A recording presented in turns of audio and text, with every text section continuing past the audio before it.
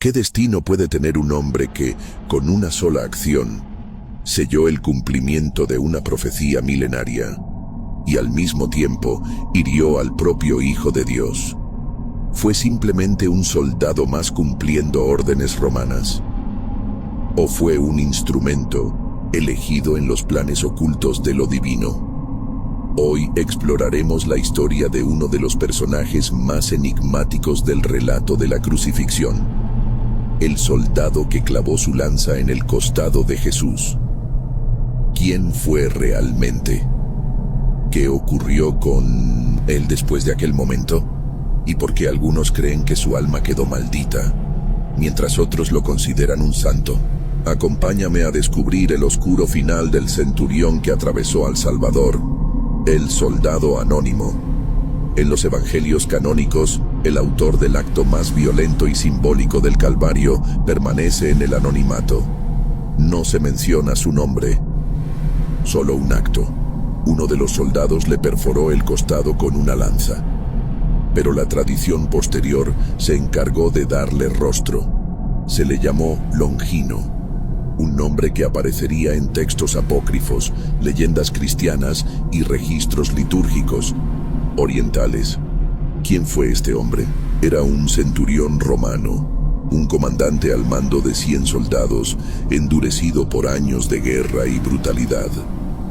En Jerusalén, estaba destacado para mantener el orden durante la Pascua, una época de alta tensión entre los judíos y el imperio. Fue asignado a supervisar ejecuciones, y esa semana crucificaron a 3 hombres, uno de ellos, Jesús de Nazaret. Lo que comenzó como una crucifixión más, se convertiría en el inicio de su ruina o su redención. La lanza y el cumplimiento de una profecía, la muerte de Jesús se acercaba. Ya colgado en la cruz, el nazareno exhaló su último aliento. El cielo se oscureció, la tierra tembló, el velo del templo se rasgó. Los soldados se acercaron a los crucificados para quebrarles las piernas, acelerando su muerte. Pero al ver a Jesús ya sin vida, uno de ellos decidió confirmarlo.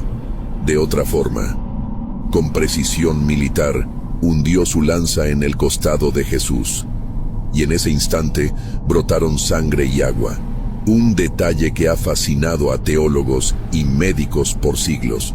¿Por qué agua?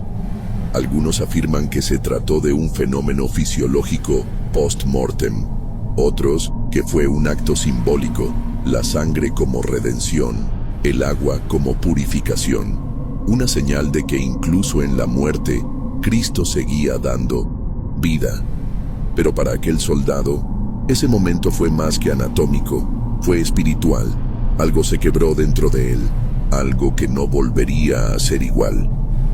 El soldado que empezó a ver. Ciertos relatos, especialmente en la tradición oriental y los evangelios apócrifos, cuentan que Longino era ciego de un ojo, y que, al perforar a Jesús, unas gotas de sangre cayeron sobre su rostro y recuperó la visión, un acto de violencia que lo curó. Un símbolo potente, aquel que lastimó al Mesías. Fue también el primero en recibir su sanidad. Fue entonces que, según el Evangelio de Marcos, exclamó una de las frases más impactantes de todo el Nuevo Testamento.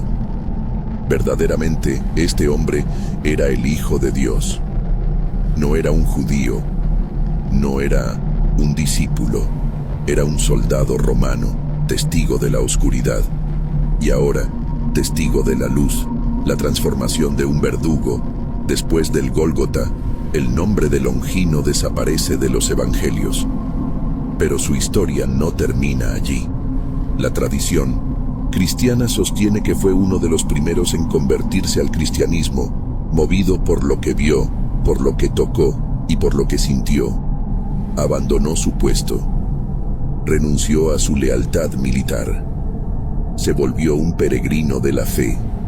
Se dice que viajó hacia el este, a Capadocia, donde comenzó a predicar, no con discursos elocuentes, sino con el testimonio vivo de lo que había hecho.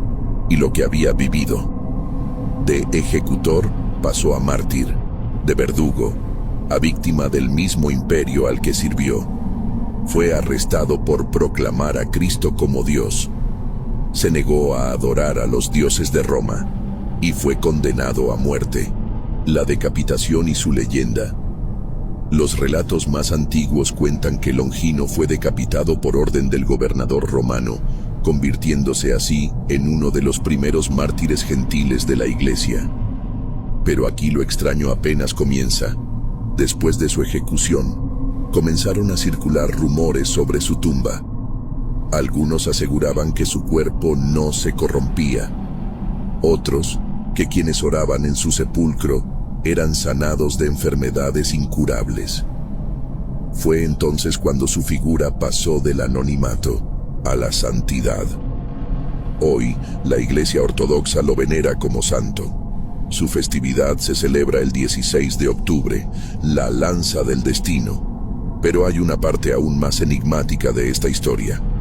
La lanza conocida como la Lanza de Longino o la Lanza del Destino. Esta reliquia se convirtió en objeto de culto, de obsesión y de poder. Se decía que quien la poseyera dominaría el mundo. Desde Carlomagno hasta Hitler, muchos buscaron obtenerla, pero todos los que la tomaron cayeron. ¿Fue una bendición o una maldición? ¿Acaso la lanza fue purificada por la sangre del Cordero o cargada para siempre con el peso de la culpa y el dolor? Psicología y culpa. Detrás de todo este relato místico, también hay una dimensión humana. Longino fue un soldado, un hombre acostumbrado a la muerte, pero aquel día sintió que no había matado a un criminal, sino a alguien eterno. ¿Qué ocurre en la mente de un hombre cuando se da cuenta de que ha herido al Hijo de Dios? Muchos creen que pasó el resto de su vida intentando redimirse, que su martirio fue su forma de expiar el acto que lo marcó, y que cada palabra que dijo fue un susurro para calmar el eco de una lanza que jamás pudo olvidar. Algunos creen que fue redimido y está entre los santos. Otros piensan que su alma jamás encontró paz, que aún vaga, buscando perdón por el acto cometido. ¿Fue un elegido o un condenado? ¿Sirvió como instrumento de una profecía o será siempre recordado como el que lastimó al Salvador? En el corazón de la historia más sagrada de la humanidad hay un hombre con una lanza, un soldado que, sin saberlo, atravesó a Dios y con ese acto quedó marcado por la eternidad. Su historia es una advertencia, pero también un faro de esperanza. No hay pecado tan profundo que la sangre de Cristo no pueda redimir. ¿Y tú?